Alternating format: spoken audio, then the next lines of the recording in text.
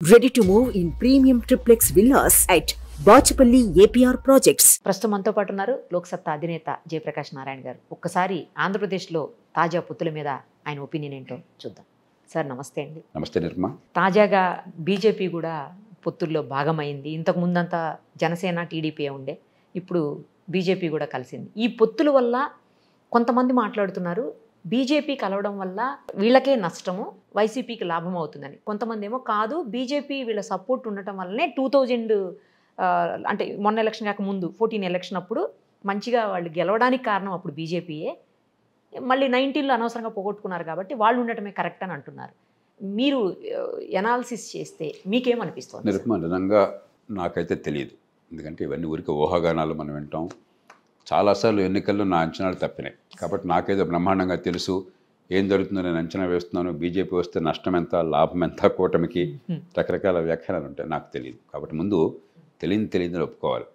ఊరికే ఏదో మనం ఊహించవచ్చు, ఎవరో చెప్తే వినొచ్చు, మనకు సొంతంగా గొప్ప అనుకుని చెప్పొచ్చు, కానీ దీన్ని నాకేం పెద్ద ఆధారం కనిపించలేదు. ఎందుకంటే ఒక పక్కనేమో బీజేపీకి వ్యతిరేకంగా మైనారిటీలు వేస్తారు వాదన, వాస్తవం అవ్వచ్చు కాకపోవచ్చు. మైనారిటీలు కొన్ని ఓట్లైనా కూడా ఇప్పుడు ఈ కూటమికి దక్కేవి, ఇప్పుడు బీజేపీ రావడం చేత వాళ్ళు దూరం అవుతారేమో అని ఒక దానికి ప్రతివాదన ఏమిటి? మైనారిటీలు ఏ ఒక్కరి సొత్తు కాదు. మైనారిటీల్లో ఉదాహరణ ముస్లిమ్స్ ఉన్నారు, దానిలో పష్మిందా ముస్లిమ్స్ అంటే పేద వర్గాల నుంచి గత తరాల క్రితం మత మార్పిడి చెందిన వాళ్ళు.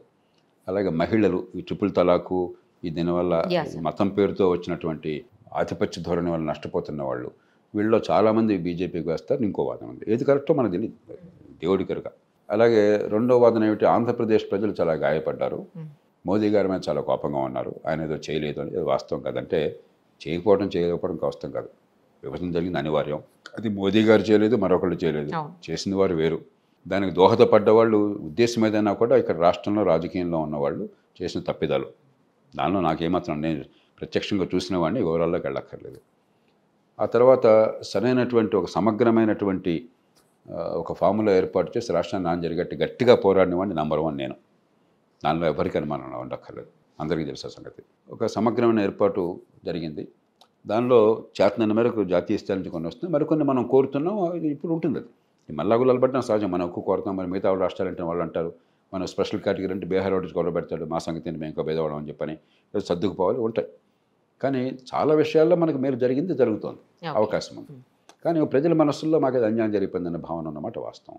ఈ 2 కారణాలుగా ఓట్లు పడవని. మరో పక్కన ఏంటంటే మోదీ గారికి గ్రాఫ్ బాగుంది, ప్రజల్లో మంచి పేరున్నది, సుస్థిర ప్రభుత్వం జాతీయ స్థాయిలో ఉంటే మంచి జరుగుతుందని నమ్మకం ఉన్నది, పెట్టుబడులు వస్తాయి, ఆర్థిక ప్రగతి ఉంటుంది, ఉపాధి కల్పన ఉంటుంది, సంపద పెరుగుతుందని చెప్పని. మరి ఆయనకున్నటువంటి జనాకర్షణ, ఆయనకున్న ఎజెండా వల్ల మనకు బలం పెరుగుతుందని. ఇలా రకరకాలుగా ఉన్నాయి. నేను ఏది కరెక్ట్ నేను చెప్పలేను, నాకెంత తెలుసో ప్రేక్షకులకు అంతకంటే ఎక్కువ తెలుసు. ఎవరి నిర్ణయం వారు చేసుకోలేండి, మనకు అది ఇంపార్టెంట్. నాకు ఎప్పుడు కూడా ఎవరు గెలుస్తారో ముఖ్యం కాదు, ఎన్నికలు అయిన తర్వాత ఏం జరుగుతుందో నాకు ముఖ్యం. 2 విషయాలు. ఒకటి, మన ఎన్నికల వ్యవస్థలో పొత్తులు అనివార్యం. ఎందుకంటే దామాషా పద్ధతి ఎన్నికల వ్యవస్థ అయితే మీకు 5-10% ఓట్లు వచ్చినా కూడా 5-10% సీట్లు వస్తాయి. మన ఎన్నికల వ్యవస్థలో మీకు 20% ఓట్లు వచ్చినా కూడా స్థానికంగా నియోజకవర్గంలో బలం లేకపోతే, అక్కడ 40-50% ఓట్లు రాకపోతే మీకు సీట్లు ఏం రావు. మరి మీకున్న బలాన్ని చట్టసభలో గొంతుగా మార్చుకోవాలని చెప్పంటే పొత్తు కుదుర్చుకుంటే మీకున్న బలాన్ని బట్టి మీకు సీట్లు, వాళ్ళకి సీట్లు, ఇద్దరు లాభపడతారు. అది అనివార్యమైంది. వెస్ట్మినిస్టర్ పద్ధతి అంటాం మన ప్రజాస్వామ్యం. బ్రిటన్ అనుకునించాం మనం, బ్రిటన్ నుంచి వచ్చింది మనకి. ఇది తీసుకోకుండా దామాషా పద్ధతి వస్తే బాగుండేది, ఏదో అలవాటు ప్రకారం చేసాం మనం. కాబట్టి ఎన్నికల వ్యవస్థలో జనసేన కావచ్చు, లేకపోతే బీజేపీ కావచ్చు, ఆ మాటకు వస్తే కాంగ్రెస్ కావచ్చు. కాంగ్రెస్ ఇప్పుడు ఒంటరిగా పోరాటంలో దిగుతోంది. ఒకప్పుడు కాంగ్రెస్ చాలా ప్రభావశీలమైన పార్టీ తెలుగు రాష్ట్రాల్లో. ఇప్పుడు మీరు చూడండి ఏమవుతుందో. ఎంత కష్టపడ్డా కూడా 1-2% ఓట్లు పెరగచ్చు, కానీ ప్రజలు ఇప్పుడు కూడా ఈ పార్టీకి ఓటేస్తే గ్యారంటీగా ఓడిపోతుంది అనుకున్నప్పుడు ఓటు వేసే మనసున్న వాళ్ళు కూడా వేయరు. అది పార్టీ అంటే వ్యతిరేకత కాకపోవచ్చు, కానీ వాళ్ళు గెలుపు నిర్ణయాన్ని ప్రభావితం చేయాలని కోరుకుంటారు ప్రజలు. వాళ్ళకి ఇంకో భయం ఏముంటుందంటే, వాళ్ళ మనసులో ప్రధానంగా బరిలో ఉన్నటువంటి 2 పార్టీల్లో ఒకళ్ళు ఆ ఓటర్ల మనస్తత్వాన్ని బట్టి ఒకళ్ళకి ఒక పార్టీ విలను, ఇంకో పార్టీ కాస్త మెరుగు. కానీ వాళ్ళ దృష్టిలో ఈ విలన్ రాకూడదు ముందు. అందుకని మీ మీద నమ్మకం ఉన్నా కూడా నిరుపమ గారికి ఓటేస్తే మంచి అనుకున్నా కూడా, కానీ నిరుపమ గారికి ఓటు వేయడం వల్ల ఈ విలన్ గెలుస్తాడేమో అన్న భయం ఉంటుంది వాళ్ళు.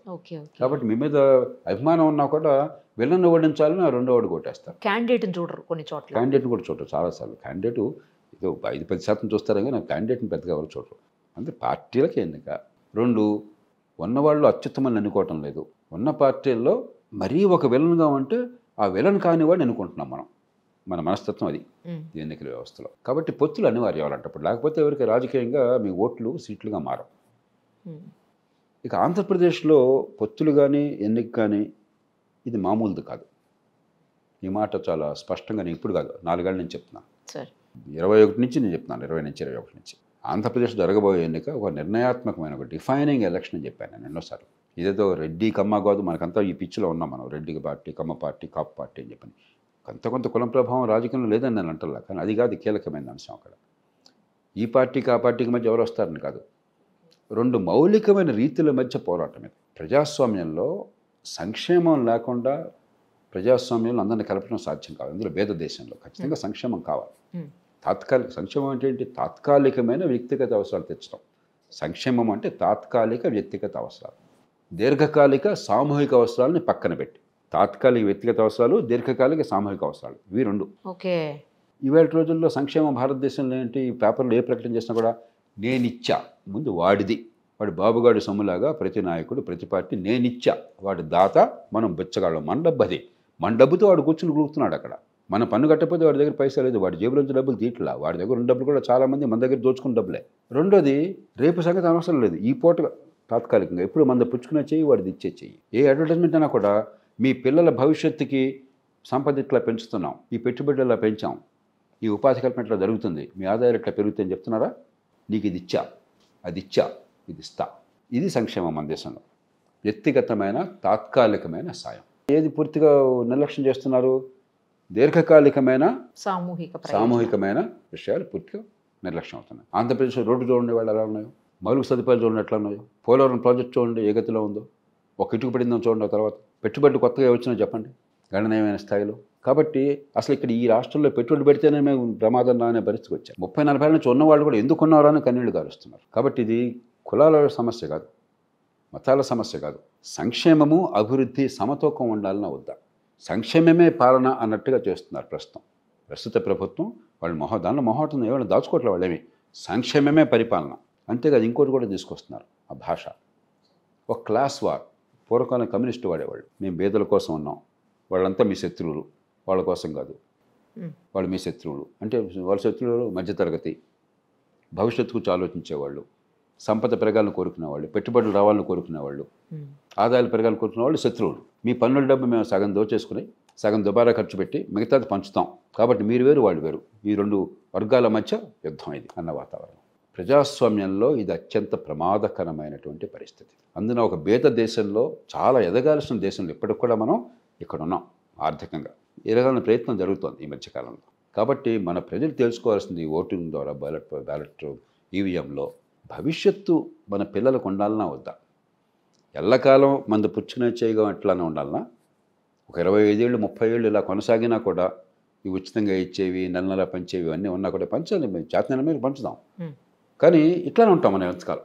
మళ్ళీ మర్నాడు పరగడుపు, ఆపిన మర్నాడు మళ్ళీ పరగడుపు. అలా కాకుండా సంపద పెరిగి, పెట్టుబడులు వచ్చి, ఉపాధి కల్పన జరిగి, ఆదాయాలు పెరిగి, పేదరికం నుంచి బయటపడాలి. ఇది మౌలికమైన పోరాటం. కాబట్టి ఈ కూటమి, నరేంద్ర మోదీ గారు, ఆయన మీద ఎన్నైనా మీరు ఆరోపణలు చేయొచ్చు, కానీ దేశ ఆర్థిక వ్యవస్థలో ఓ పక్కన ఆర్థిక క్రమశిక్షణ కావాలి, రెండో పక్కన సంక్షేమానికి అభివృద్ధికి సమతూకం కావాలి, మూడో పక్కన పేదరికం పోవాలి, ఆదాయాలు పెరగాలంటే దీర్ఘకాలికంగా పెట్టుబడులు, పారిశ్రామికీకరణ, సంపద సృష్టి తప్ప వేరే మార్గాలు లేవు.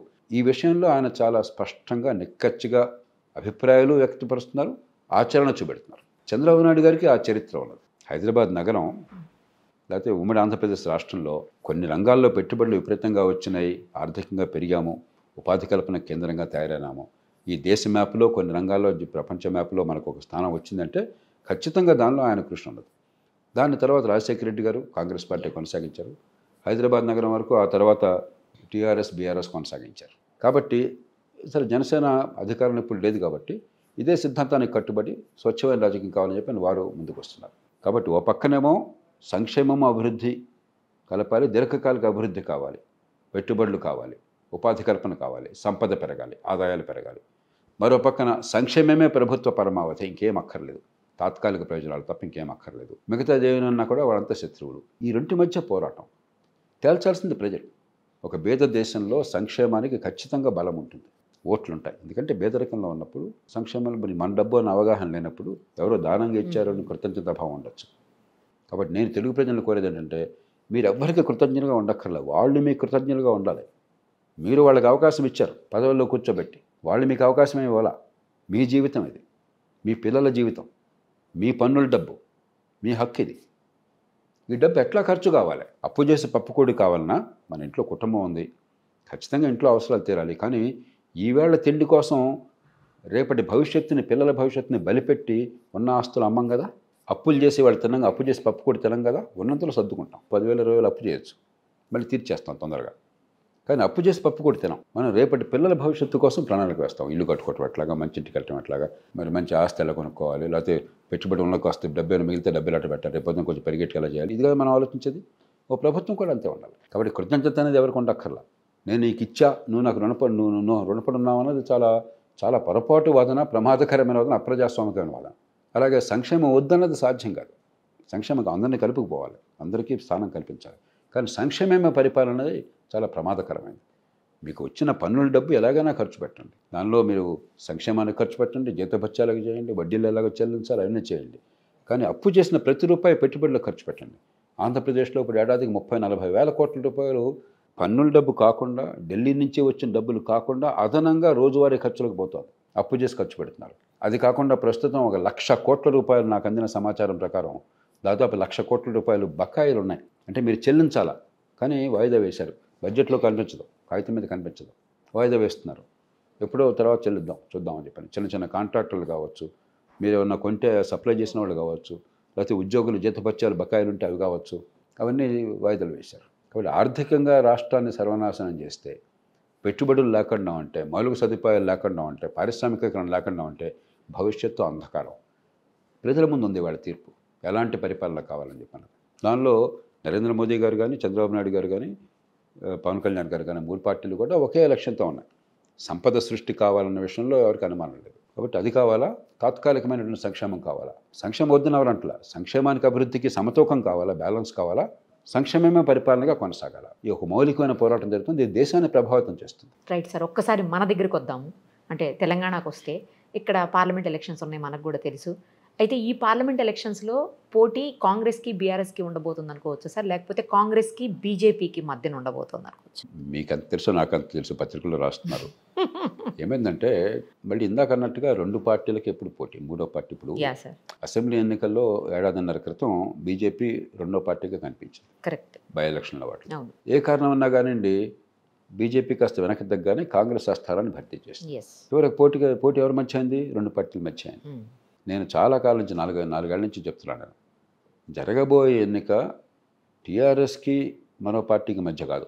ఎందుకంటే మంచి చెడు ఆ ఎన్నిక వరకు టీఆర్ఎస్ ప్రధాన పార్టీగా అధికారంలో ఉంది కదా. 2వ పార్టీకి ఎవరు తెలుసుకోవడం కోసం అసెంబ్లీ వరకు 2వ పార్టీకి కాంగ్రెస్ తేలిపోయింది, బీజేపీ వెనకబడిపోయింది. కానీ లోక్సభ వేరు. 2 కారణాలుగా. ఒకటి, చాలా మేరకు అసెంబ్లీకి వేసినట్టుగానే లోక్సభకు ఓట్లు ఎక్కువ మంది వేసినా కూడా గణనీయమైన సంఖ్యలో జాతీయ స్థాయి ప్రభుత్వాన్ని నుంచి ఓటేస్తారు. అందులో ఎన్నికలు వేరువేరుగా జరిగినప్పుడు. అందులో నరేంద్ర మోదీ లాంటి ప్రభావశీలమైన నాయకుడు, ఆయన ప్రజల మనసుల్లో బాగా చొచ్చుకుపోయిన నాయకుడు. ఆయన వల్ల ఖచ్చితంగా ఒక 5-6% మొగ్గు అదనంగా కనిపిస్తుంది. కొన్ని సందర్భాల్లో 10-12% కూడా కనిపించవచ్చు. రెండో పక్కన ఏమైంది, మీకు ఎప్పుడైతే టీఆర్ఎస్ బీఆర్ఎస్ ఎన్నికల్లో నెగ్గలేకపోయినారో వివిధ కారణాల వల్ల, వ్యూహాత్మక తప్పిదాలు కావచ్చు, మరొకటి కావచ్చు, రకరకాలు ఉన్నాయి. ఎప్పుడైతే ఇంకొక పార్టీకి జాతీయ ఎన్నికల్లో మొగ్గు కనిపిస్తుందో, ప్రధానమంత్రి ప్రభావం వల్ల కానీ, లేకపోతే జాతీయ స్థాయి ఎన్నికలు కాబట్టి కానీ, మనకు పెద్ద సిద్ధాంతరీత్యా రాజకీయాలు జరగట్లేదు. కాబట్టి చాలామంది క్రమక్రమంగా వదిలేయటం మనసు ప్రారంభమైంది. మీరు ఇప్పటికీ చూస్తున్నారు. ఇక్కడ కొంత నిరుత్సాహము, కొంత ఆవేదన. జాతీయ స్థాయిలో ఎజెండా చెప్పడానికి కూడా ఏం లేదు కొత్తగా.